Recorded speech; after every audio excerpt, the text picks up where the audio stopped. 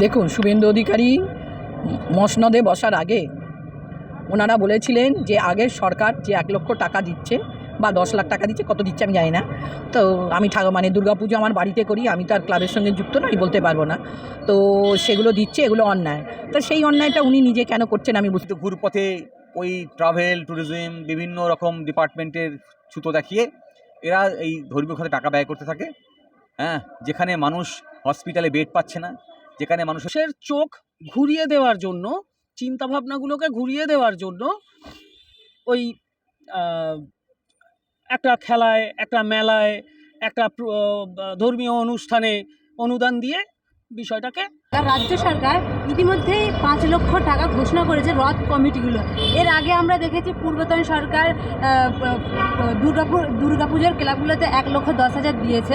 এখন প্রশ্ন উঠছে, জনগণ প্রশ্ন করছে যে জনগণ করের টাকাই কি সরকার করতে পারে ধর্মীয় উৎসব পালন করতে? কি বলবেন বিষয়টি নিয়ে? দেখুন, শুভেন্দু অধিকারী মসনদে বসার আগে ওনারা বলেছিলেন যে আগের সরকার যে 1 লক্ষ টাকা দিচ্ছে বা 10 লাখ টাকা দিচ্ছে, কত দিচ্ছে আমি জানি না। তো আমি মানে দুর্গাপুজো আমার বাড়িতে করি, আমি তো আর ক্লাবের সঙ্গে যুক্ত নই, বলতে পারবো না। তো সেগুলো দিচ্ছে, এগুলো অন্যায়। তা সেই অন্যায়টা উনি নিজে কেন করছেন আমি বুঝতে পারছি। এর আগেও রথ হয়েছে, রথের মেলাও হয়েছে। মাহেশের রথ যথেষ্টই জাঁকজমকপূর্ণ হয়। এখানে জেনে সবথেকে বড় যেটা ইস্কনের রথ, সেটাও অনেক জাঁকজমকপূর্ণ। মহিষাদলের রথ নামকরা, গুপ্তিপাড়ার রথ নামকরা রথ, এরও প্রচুর মানে পশ্চিমবাংলার আনাচে কানাচে ছড়িয়ে রয়েছে। অনেক বাঁকুড়ার যে রথ হয় সেই রথটাও অনেক, কুচবিহারের বড় রথ হয় রাজাদের রথ, সেটাও অনেক নামকরা। বর্ধমানের রথ রয়েছে, সবগুলোই নামকরা রথ রয়েছে। তা আমার মনে হয় না সেখানে, বা আমাদের কলকাতার মধ্যে যেটা আমাদের দক্ষিণধারী রেল কোয়ার্টার থেকে বেরোয় যশোমাধবের রথ, এটাও যথেষ্ট নামকরা। আমার মনে হয় না যে তারা টাকাটা চেয়েছেন বা তারা টাকাটার প্রত্যাশী।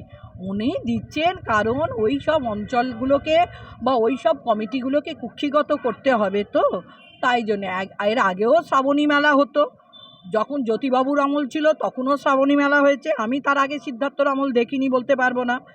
আচ্ছা, বুদ্ধদেব বাবুর আমলেও শ্রাবণী মেলা ছিল, মমতা ব্যানার্জির আমলেও শ্রাবণী মেলা হয়েছে, কিন্তু শ্রাবণী মেলার জন্যেও উনি নতুন করে ঢঙ্কানি নাদ বাজিয়ে যাচ্ছেন। এতে করে কি হিন্দু ধর্মের কোনো বেশি কিছু উপকার হয় বলে আমার মনে হয় না, আর লোকসান হয় বলেও মনে হয় না। ওনাদের ব্যক্তিগত লাভ লোকসানের জন্যই ওই রথকে টাকা দেয়া আর ওই শ্রাবণী মেলায় যাওয়া, এই তো ব্যাপার। ধর্ষক পেল 25 লক্ষ টাকা একটা চাকরি, নির্যাতিতার পরিবার এখনো কোনো কিছু বিচার পায়নি, অথচ প্রতিবাদী কণ্ঠ লায়েক আলীকে গ্রেপ্তার করলো। বিষয়টি কিভাবে দেখছে?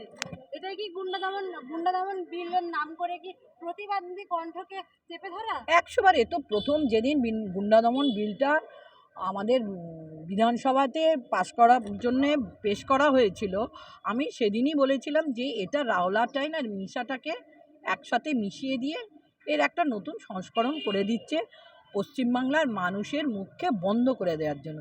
কিন্তু উনিরা ভুলে গেছেন পশ্চিমবাংলার মাটি বড়ই খাঁটি। কিছু এরকম লোকজন থাকলেও বাংলার মানুষকে বাঁচানোর জন্য বাংলার মানুষেরাই এগিয়ে আসে।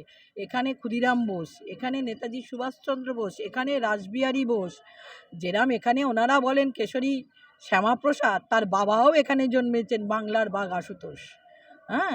তো সেই জায়গায় ওনারা ভাবছেন যে মানুষকে গলা টিপে দেবেন, এটা সম্ভব নয়। ওনারা করতে পারেন এই আইনটা, কিন্তু আমার মনে হয় না। মিশা আইনও করেছিল, তাকে উইথড্র করে নিতে হয়েছিল, সেরকম এটাকেও বন্ধ করতে বাধ্য হবে। করার টাকায় হাসপাতাল, স্কুল এগুলো করা দরকার, কিন্তু এখন সেই বিরোধী শাসক দল এখন ক্ষমতায় এসে দেখা গেল যে রথ কমিটিকে 5 লক্ষ টাকা জনগণের করের টাকা দেওয়া হলো। কি বলবেন বিষয়টা? কি এরা সকলেই চোর, জনগণের অর্থ হুরপথে চুরি করছে। আমরা তো জানি যে সংবিধানে খুব স্পষ্ট বলা আছে রাষ্ট্রে কোনো ধর্ম থাকবে না, তাহলে রাষ্ট্র কোনো ধর্মকে আলাদা করে সমর্থন করতে পারে না। কিন্তু ঘুরপথে ওই ট্রাভেল ট্যুরিজম বিভিন্ন রকম ডিপার্টমেন্টের ছুতো দেখিয়ে এরা এই ধর্মীয় খাতে টাকা ব্যয় করতে থাকে। যেখানে মানুষ হসপিটালে বেড পাচ্ছে না, যেখানে মানুষের দুবেলা খাবার জুটছে না, যেখানে মিড ডে মিল থেকে ডিম সরিয়ে নিচ্ছে, ফলে মানুষের কাছে কাজ নেই, শিক্ষা নেই, স্বাস্থ্যর দুরবস্থা। গতকাল কলকাতা হাইকোর্টে একটি মামলা করতে গিয়ে আমি বারে আদালতকে বলার চেষ্টা করছিলাম সংবিধানের বিভিন্ন বিধি দেখিয়ে যে আসলে আমাদের সংবিধানে বলা আছে কোনটাকে বেশি প্রায়োরিটি দিতে হবে, বেশি গুরুত্ব দিতে হবে রাষ্ট্রকে, এবং সেখানে এমপ্লয়মেন্ট, হেলথ, লাইফ, এইসব কথা বলা আছে। তাহলে জীবন ধারণের অধিকার হচ্ছে সর্বোচ্চ, সেখানে রাষ্ট্রকে সবথেকে বেশি গুরুত্ব দিতে হবে। জীবন ধারণের অধিকার কেড়ে নিচ্ছে। জীবন ধারণ করতে গেলে তো খাওয়া লাগে, মাথায় একটা ছাদ লাগে, বস্ত্র, বাসস্থান, এগুলো নিয়েই তো জীবন ধারণ। তাহলে মর্যাদার সঙ্গে বেঁচে থাকতে গেলে যেগুলো লাগে সেগুলোতে কোনো এদের চোখ নেই, দেখতে পায় না, অন্ধ হয়ে যায়। আর ধর্ম দিকে ধর্মের খাতে টাকা ব্যয় করছে, সম্পূর্ণ বেআইনি, সংবিধান বিরোধী কাজ। তাই বললাম এটা ঘুরপথে টাকা চুরি। উঠে আসছে জনগণের করের টাকায় কি কোনো ধর্মীয় উৎসব পালন করা যাবে? বিষয়টা আপনি কিভাবে দেখছেন? হ্যাঁ, কি বলবেন বিষয়টাকে নিয়ে? বলার তো নতুন করে খুব বেশি কিছু নেই, কারণ এই ঘটনা আগের পূর্বতন সরকার একই ঘটনা ঘটিয়েছিল, তখনও আমরা বিরোধিতা করেছিলাম, এখনও বিরোধিতা করা হচ্ছে, বিরোধিতাই তো করছি। সমস্ত দিক থেকেই জনগণের টাকা বা রাষ্ট্র ব্যবস্থার কোনো জাত ধর্ম বা ধর্মীয় কোনো রং হয় না। আমাদের সংবিধান এরকম কোনো প্রভিশন দেয়নি। রাষ্ট্রের কোনো ধর্ম নেই, এটা আমাদের সংবিধানে স্বীকৃত এই কথাটা। এখন যারা সরকার চালাচ্ছে তারা রাষ্ট্রের গায়ে একটা ধর্মীয় ছাপ লাগাবার চেষ্টায় আছে। তারই উদ্দেশ্যে বারবার এই ধরনের ঘটনাগুলো ঘটানো হচ্ছে এবং উস্কে দেওয়া হচ্ছে। বারবার জানান দেওয়া হচ্ছে যে হিন্দুত্ববাদী বা কোনো একটা নির্দিষ্ট ধর্মীয় দিক থেকে রাষ্ট্রকে পরিচালন করা হবে, এরকম একটা ব্যবস্থা করার চেষ্টা করা হচ্ছে। করে উঠতে পারছে না বা সফলও হচ্ছে না, সেটা পরের কথা।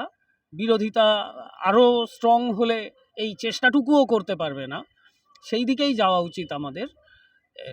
এখন ব্যাপার হচ্ছে যে বিষয়গুলো রাষ্ট্রের দায়িত্ব এবং কর্তব্য, সেই কর্তব্য পালনে অপারগ হয়ে বা কর্তব্য পালনে সক্ষম না হয়ে এই সরকার যেটা করছে যে মানুষের চোখ ঘুরিয়ে দেওয়ার জন্য, চিন্তাভাবনাগুলোকে ঘুরিয়ে দেওয়ার জন্য ওই একটা খেলায়, একটা মেলায়, একটা ধর্মীয় অনুষ্ঠানে অনুদান দিয়ে বিষয়টাকে ধামাচাপা দেওয়ার চেষ্টা বা নজর ঘুরিয়ে দেওয়ার চেষ্টা করে চলেছে। সেই জায়গা থেকেই এই অনুদান, আর কিছুই না।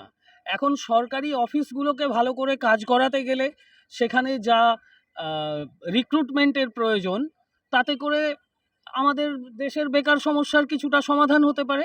সেই বিষয়ে কোনো আলোকপাতই এই সরকার করে উঠতে পারেনি 2 মাসে। কিন্তু এই সরকারি টাকাগুলোকে নয়ছয় করে এখানে কিছু টাকা, ওখানে কিছু টাকা, এগুলো দিয়ে জনগণের মাথাটা ঘুরিয়ে দেওয়ার চেষ্টা করে চলেছে। সেই জন্য এর বিরুদ্ধে সাধারণ মানুষের তীব্র প্রতিবাদ করা উচিত।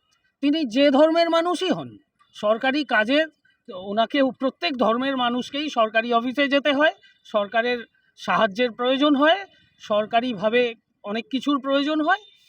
এখন সেই জায়গা থেকে যদি সরে যায় সরকার, যে আমি সরকারি কোনো পরিষেবা দেব না, শুধু মেলা, খেলা, এগুলোতেই খরচ করব, আর পূজা, এতেই খরচ করব, আর এইভাবেই রাজ্য চলবে, তাহলে সাধারণ মানুষের দুর্ভোগের দিন মানে আরও ঘনীভূত হতে চলেছে।